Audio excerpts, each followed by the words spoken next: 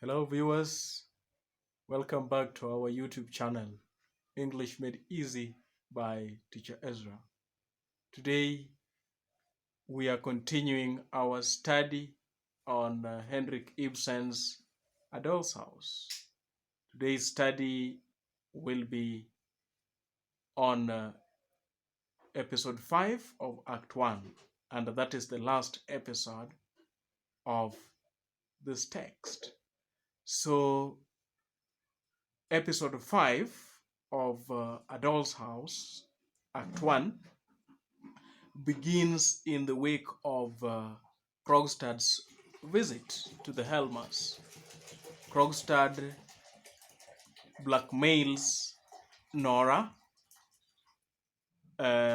with the issue of the forgery of the papa's signature to procure £250 loan to take Torvald to the south for recuperation. So this episode, therefore, begins with Nora's soliloquy. Soliloquy, as an aspect of style, is whereby a character speaks to themselves.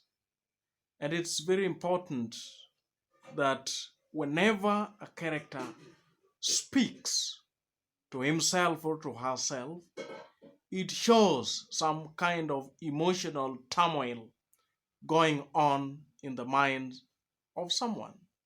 So then, Nora's soliloquy underscores her being emotional, being fearful, and it heightens the tension of the text at this point.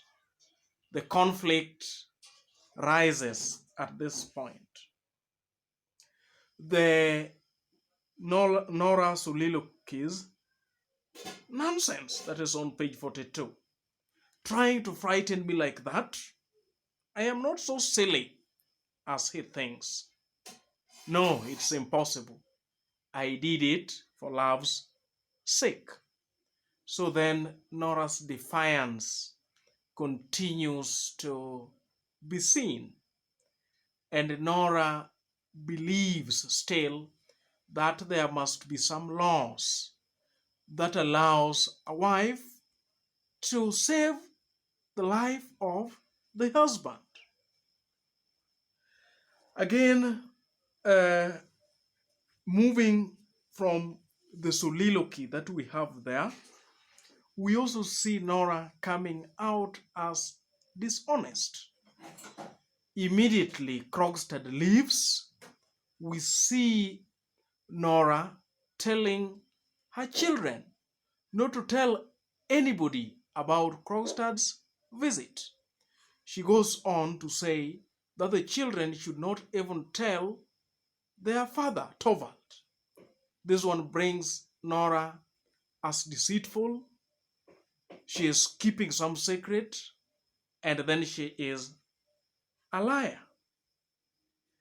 Again, we also see Nora lying to Torvald when Torvald asks her if anyone has been to their house.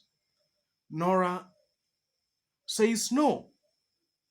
Torvald goes on to say that he just saw Krogstad walk out of the gate. And this is when now Nora admits that Krogstad has come to visit her previously. So this one also brings out Nora as a liar, as pretentious, as deceitful.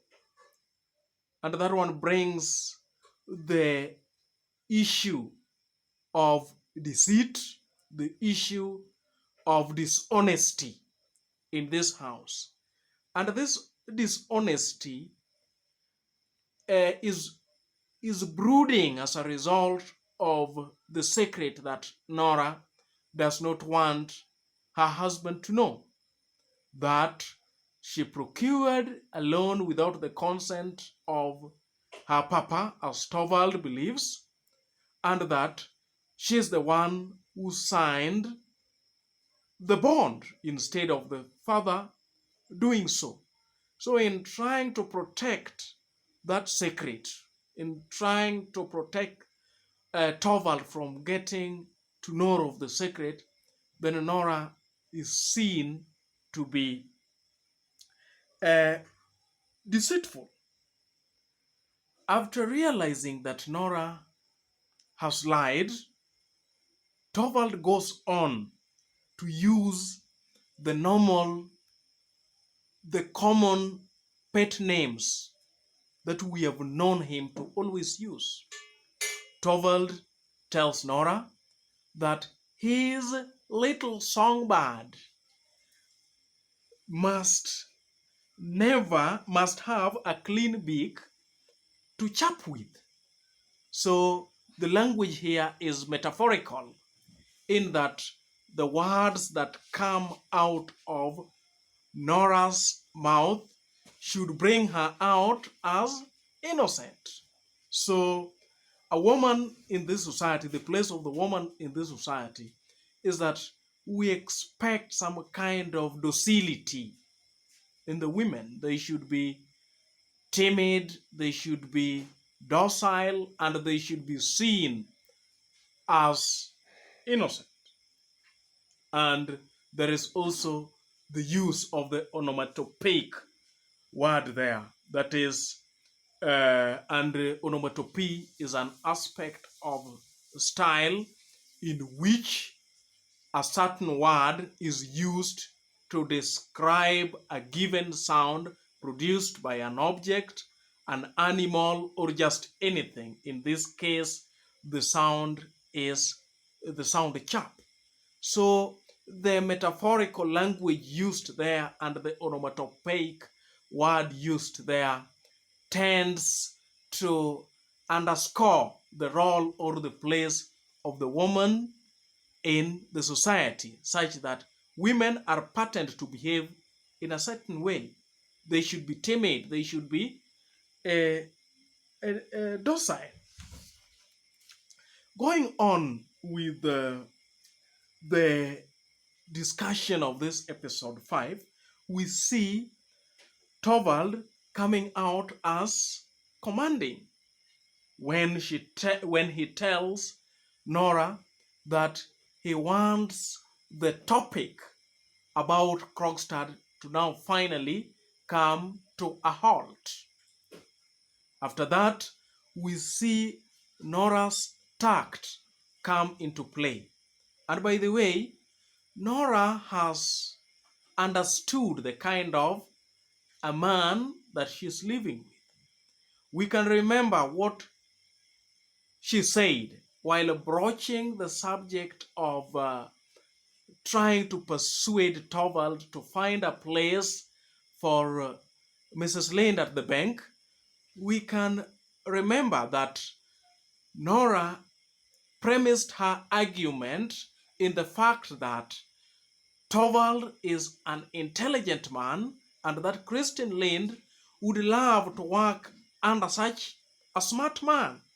So then, at this point, uh, Nora will try once again to cash in on the praises that she would want to lavish on Torvald. She goes forward and tells Nora and tells Torvald that she is looking forward to the fancy dress ball that is going to take place at the Stenbox.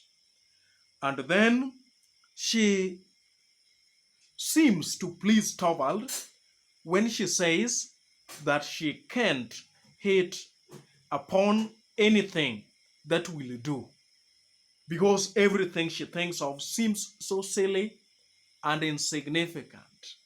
So then for a woman in this society to receive the favor of the husband, then she must demean herself.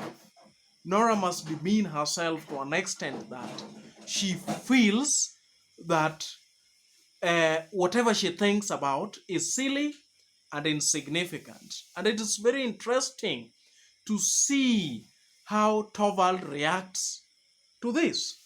Uh, Torvald reacts to this by saying in page 44 that does my little Nora acknowledge that at last? That does my little Nora acknowledge the fact that everything that she seems to be doing is silly and insignificant? He seems to enjoy this. But as we know, Nora has understood the husband Torvald, that Torvald is this kind of a man who, when you approach, then you have to look a kind of, you have to demean yourself, and that is what he enjoys, and that really amuses Torvald.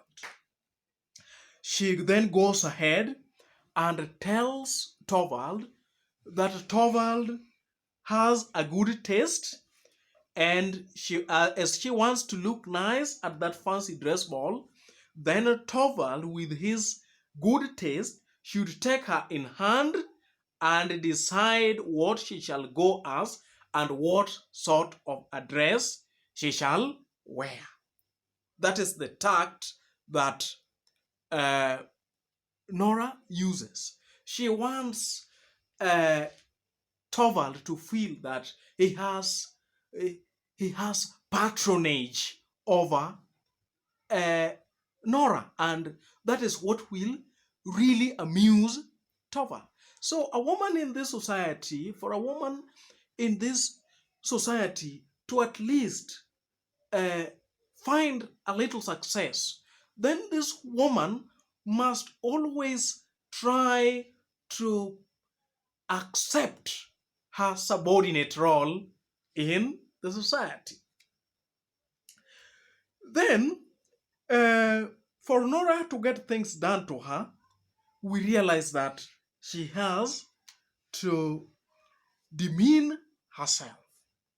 All these she does to put Torvald in an agreeable mood, something which she finally achieves. And as she continues to use this tact, we see her midway in the sentence should want Torvald to tell her what this Krogstad might have done that makes Torvald wants to sack him from his position at the bank. Torvald says that Krogstad forged someone's name. He goes on to say that Krogstad did not openly confess. And before that, Torvald makes a very interesting statement. He says that he is not one so heartless as to condemn someone who has just made one false step. But then his reason for never excusing Krogstad is that Krogstad got out of his problem not by facing the punishment as it should be, but he got out of this problem through a cunning trick. So then, Torvald feels that such a guilty man like Krogstad would lie and play hypocrite with everyone. He feels that such a guilty person would always wear a mask in the presence of those near and dear to him, the wife and the children. And what's more, according to Torvald, what's terrible is the effect that such deceit, such moral corruption would do to the children.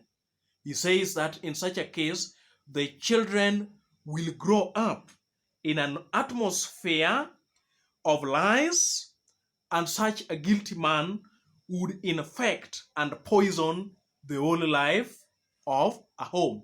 He continues to say that each breath the children take in such a house is full of germs of evil. So he metaphorically compares the immorality, the indiscretion, imprudence to germs that can be easily transmitted from one person to the next. And that one comes out quite clearly in page 47. Something that also comes out here is Torvald's chauvinism. He's chauvinistic, and this trait is so stubborn in him that it would not leave him. He says, that is in page 47, that, my dear, that one he tells Nora, I have often seen it in the course of my life as a lawyer. Almost everyone who has gone to the bad early in life has had a deceitful mother. To which Nora is also surprised. Nora asks, why do you say only mother? Singling out mothers as the people responsible for children going to the bad early is an instance of Torvald's chauvinistic uh, uh, trait. Continuing, we also find that there is an instance of verbal irony. Irony is always an aspect of a style whereby the opposite of what is expected happens. When it is verbal, then someone says something that is the opposite of what is on the ground. And that one, again, when we look at page 47, we are able to grasp it from the statement that is made by Helmer. Helmer says, I literally feel physically ill when I'm in the company of such people. He says that he feels literally physically ill when he's in the company of corrupt people. An example here is Torvald. It is very interesting to see that his wife Nora also forged her papa's signature, wrote the date in the spaces where it was her papa to fail, to procure 250 pounds loan to take him to the south for treatment.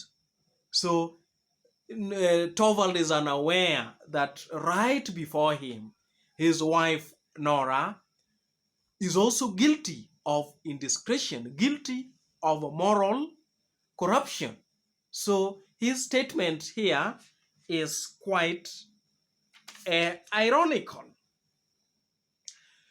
As Torvald continues to detail the moral decadence of Krogstad, there is something going on in the mind of Nora. Nora sees this as her own condemnation. She does not really see that it is Krogstad who is being condemned by Torvald, but she realizes that they share the same crime with Krogstad, and for that reason, she feels guilty herself. And this is evidenced in the soliloquy that comes about at the end of Act 1, where she says that, no, no, it isn't true. It's impossible. It must be impossible. That is, whatever uh, Helma has told her. Then her soliloquy continues uh, at the very last dialogue of this act. She asks herself, pale with terror, she is terrified, deprave my little children, poison my home. A short pause, then she tosses her head. It's not true. It can't possibly be true. So then, in the soliloquy, we see a terrified Nora who takes everything that Torvald has said about Krogstad and imparts them on herself. Because Torvald said that such a guilty person depraves her little children and then poisons her home. So she also feels that because she also committed forgery to save the husband, that she also asks herself, am I depraving my little children, poisoning my home? Then she says, it's not true. It can't possibly true. Just as we have always seen her, she also appears to be defiant. She goes against the tide. She questions in that soliloquy. She tends to question her husband's philosophy. She feels just the same way she felt when she was talking to Krogstad, that there must be some laws permitting a wife to help or to save the life of the husband. Another thing that I also want us to also look at is that once again in this episode, we have been able to see the pet names that Torvald continues to use on Nora, suggesting that he demeans her. Some of the words that are used in this episode are my precious little singing bird, my songbird, my obstinate little woman. The last statement that I also want us to look at is what Nora tells the nurse. When the nurse tells Nora that the little ones are begging so hard to be allowed to come in to Mama, Nora says, no, no, don't let them come into me. You stay with them, Anne. Because she is guilty as charged that she cannot, just the same way her husband Torvald said, she believes that she cannot take care of the children and that she will just deprave the little children. And that statement could also be used as a foreshadow. It can be used as a foreshadow in the sense that Nora tells the nurse to take care, to stay with the children. So later on, at the end of the text, when Nora gets to make the decision that she finally makes, then we come to realize that this statement could have been a foreshadow to the day that Nora is going to permanently leave her home, and then the nurse is going to remain with the children. Viewers, this brings us to the end of Act 1. If you have not subscribed to this channel, remember to subscribe and like our videos, and you can drop your comments below video.